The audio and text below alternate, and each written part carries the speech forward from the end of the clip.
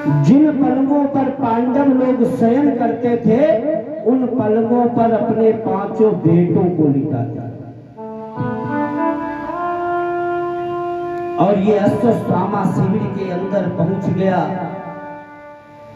रात में जो है पांचों बालकों का सर काट के और दुर्योधन के पास पहुंच गया। कहा मित्र मैं पांचों पांडवों के सर लेकर आया, इसके मरने में भी शर्त है दुर्योधन, जिस बात को लेकर ये प्रसन्न होगा और उसी बात को लेकर ये जब दुखी होगा तभी इसका अंत होगा। कहा मित्र मैं पांचों पांडवों का सर लेकर आया। ये बड़ा प्रसन्न हो गया दुर्योधन, कहने लगा मित्र आज आपने मित्रता का बंधन पूरा किया है, मित्र हो तो तुम्हारे जैसा। कहा मुझे 5 पांडवों में से अगर सबसे ज्यादा अगर मुझे कष्ट है वो है भीम पर, मुझे सबसे पहले भीम का सर चाहिए। तो एक बालक का सर, रात्रि का समय था, जैसे सर को दिया उस सर को पकड़ा, वो जैसे फच से फूट गया। दुर्योधन रोने लगा, कहने लगे मित्र ये भीम का सर हो ही नहीं सकता, मुझे भीम के बल का पूरा अंदाजा है। जब मैं गदा मारता था तो मेरी गदा पीछे गिर जाती थी, ये भीम का सर नहीं। हमें ऐसा लग रहा आप 5 पांडवों का नहीं 5 बालकों का सर काट के लाया। तो जैसे कहा दुर्योधन उसी बात को लेकर रोए, हंसने लगा था, उसी बात को लेकर दुखी होने लगा। दुर्योधन ने विचार किया अब हमें ऐसा लग रहा हमारे वंश में कोई भी मरने के बाद हमारे यहाँ पितृकाल भी नहीं होंगे, हमें ऐसा लग रहा। अरे कहा अश्वत्थामा इन बालकों ने हमारा कुछ नहीं बिगाड़ा था, मुझे सबसे ज्यादा अगर किसी से दुश्मनी है वो पांडवों से थी, इन बालकों से कुछ नहीं। ये तुमने क्या कर दिया? तो अश्वत्थामा ने जो कहा मित्र जो हुआ सो हुआ, मैंने तो पांडवों का सर समझ के लाया। और इधर जैसे सुबह हुई द्रौपदी ने विचार किया बालक अभी तक जगे नहीं। तो जैसे शिविर में प्रवेश किया तो देखा एक चादर को हटाया, उसमें खून बह रहा, दूसरी चादर, तीसरी, 5 पलंगों में 5 बेटों का सर गायब। द्रौपदी धड़ाम से गिर गई।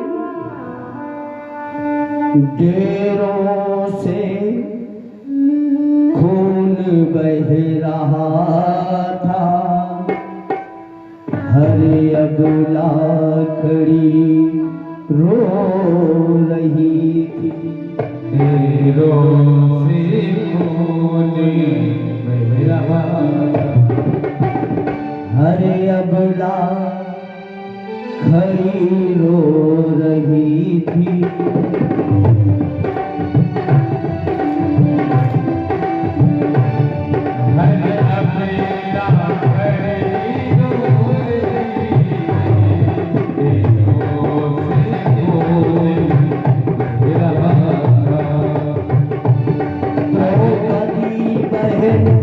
अपने लालों पर रो रही थी। डेरों से खून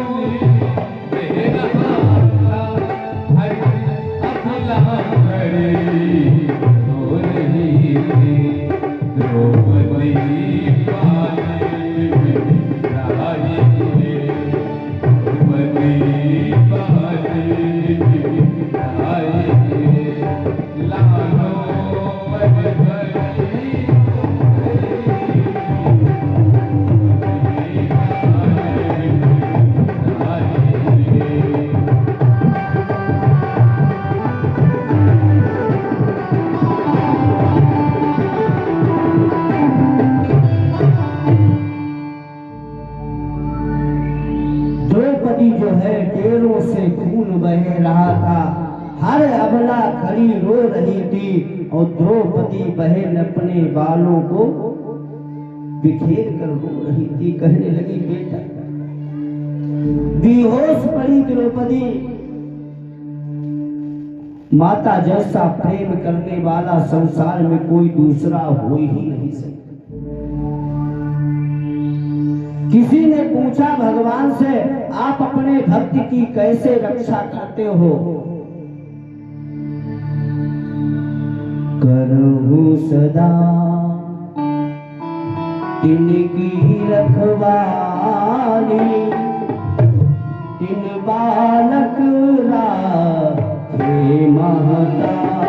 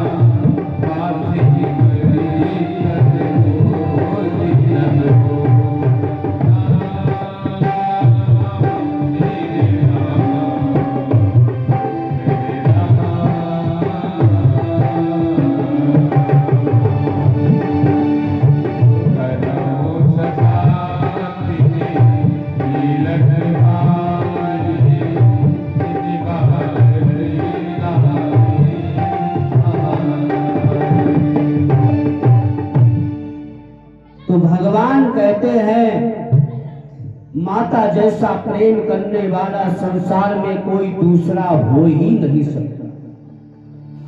संसार में सभी के नापने के पैमाना बने हैं, पर माँ के हृदय में संतान के प्रति कितना प्रेम होता है, इसका कोई पैमाना ही नहीं बना। आज द्रौपदी की दशा देखकर उधर भगवान जो है पांडवों को लेकर आए तो देखा शिविर में तो खून बह गए। पांचों पांडवों को क्रोध आ गया तो सबसे ज्यादा अर्जुन को क्रोध आया। अर्जुन ने कहा, जिन्होंने मेरे पांचों बालकों को मारा है, मैं कल सूर्यास्त तक मैं उसका वध कर दूंगा। तो भगवान ने कहा, अर्जुन, तुमने इतनी बड़ी प्रतिज्ञा ली है, तुम्हें पता है तुम्हारे इन बालकों को किसने मारा है? तो अर्जुन ने कहा, प्रभु, हमें तो नहीं मालूम हमारे इन बालकों को किसने मारा है। प्रभु, आप तो सब कुछ जानते हो, आप दीनानाथ हो।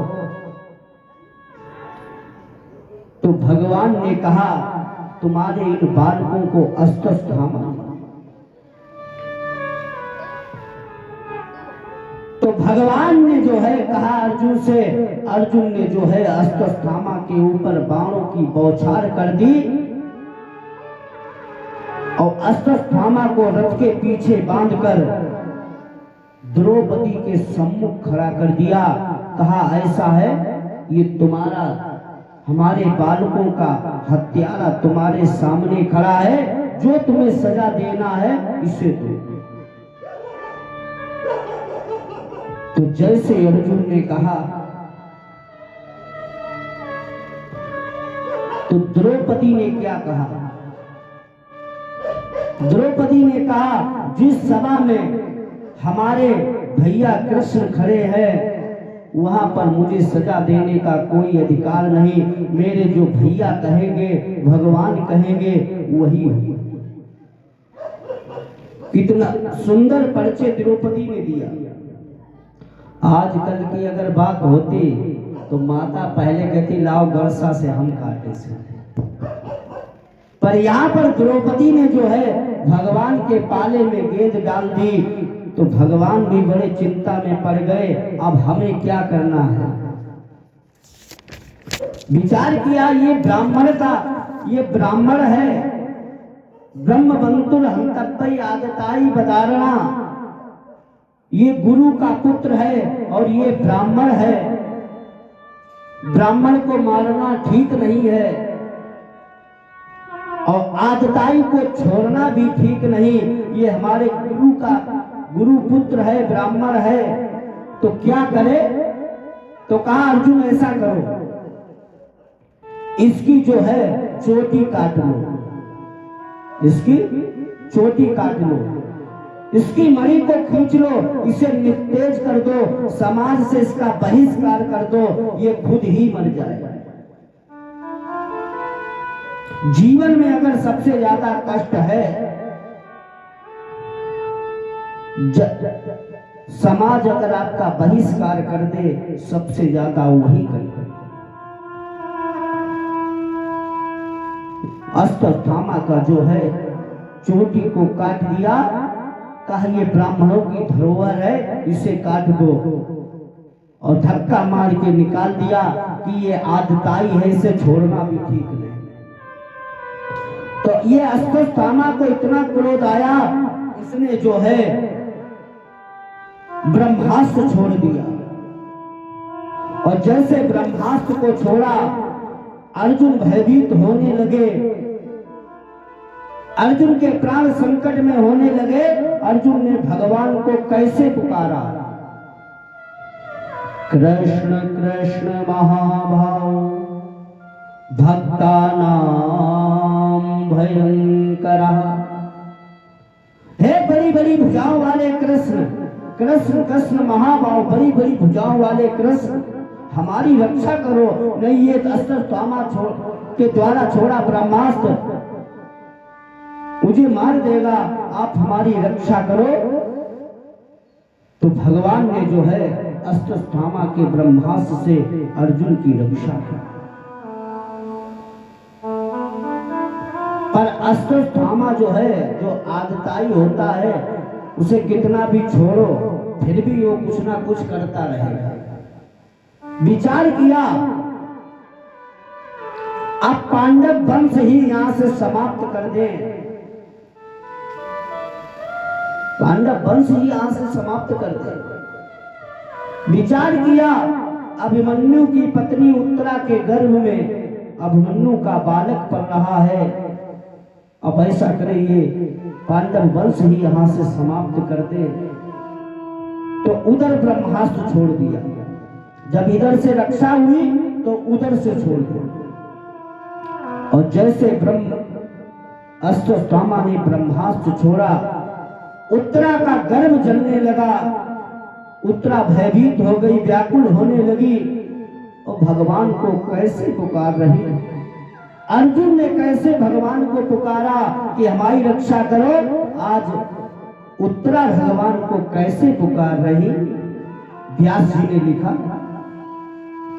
पाहि पाहि महायोगिन देव देव जगतपते, हे छोटे छोटे हाथों वाले, पाई पाई महायोगिन, हे योगी राज कृष्ण, हमारी रक्षा करो, ये ब्रह्मास्त्र हमारे गर्भ को खंडित कर देगा, हमारी रक्षा करो।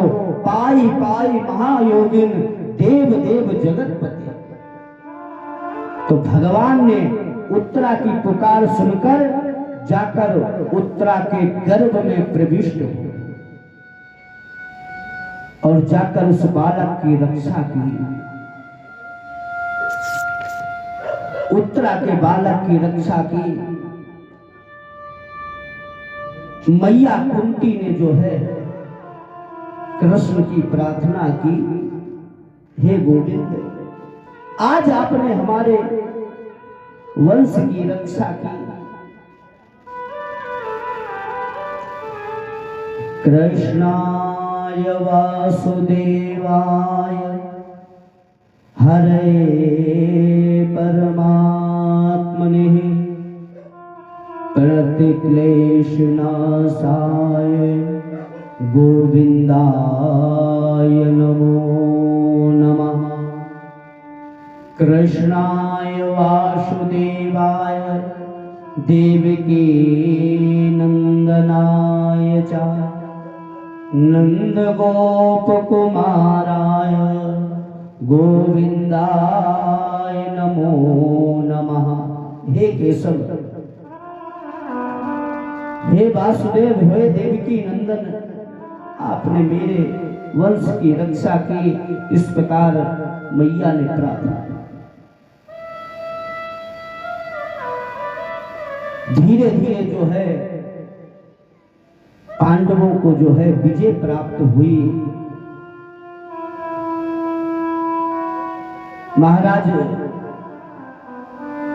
कौरवों का अंत हुआ और भगवान का जो है, भगवान ने उत्तरा के गर्भ की रक्षा की। उत्तरा के गर्भ की रक्षा की।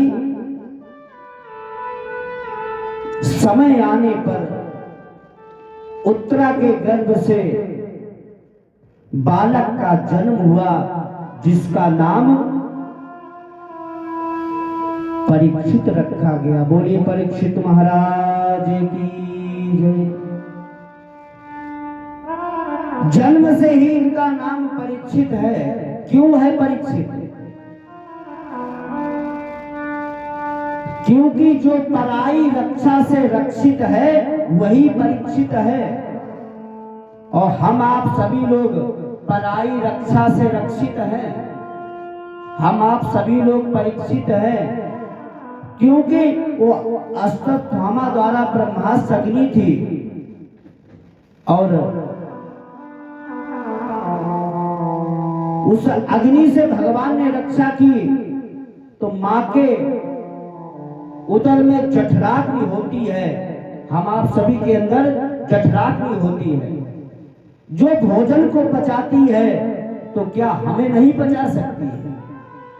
जो भोजन को पचा देती है जठराग्नि, वो हमें नहीं पचा सकती। वहां पर अगर कोई हमारी रक्षा करता है, ये को ब्रह्म द्वितीय नास्ति, उस परमात्मा के सिवा हमारी कोई रक्षा नहीं करता। इसीलिए परारक्षित सा परीक्षित, जो पराई रक्षा से रक्षित है वही परीक्षित है। बोली गोविंद भगवान की जय। भागवत महापुराण की जय। 2 बार संकीर्तन। परीक्षित जी का नामकरण, ये तो पहले से ही नामकरण है, अब आचार्यों के माध्यम से नामकरण कैसा होगा? गोविंद हरे। 2 बार भगवान का संकीर्तन सभी लोग बोले, क्योंकि जब थाली स्वच्छ होगी और उस थाली में जो भी भोजन परोसा जाएगा, थाली अगर स्वच्छ होगी, उसमें जो भी व्यंजन परोसोगे वो स्वच्छ रहेगी। और थाली गंदी है, कितने भी सुंदर व्यंजन परोसोगे वो अशुद्ध रहेंगे। इसीलिए हृदय रूपी थाली को पवित्र करने के लिए 2 बार भगवान का संकीर्तन जरूर। सभी लोग बोलेंगे गोविंद हरे गोपाल हरे, जय जय प्रभु दीन दयाल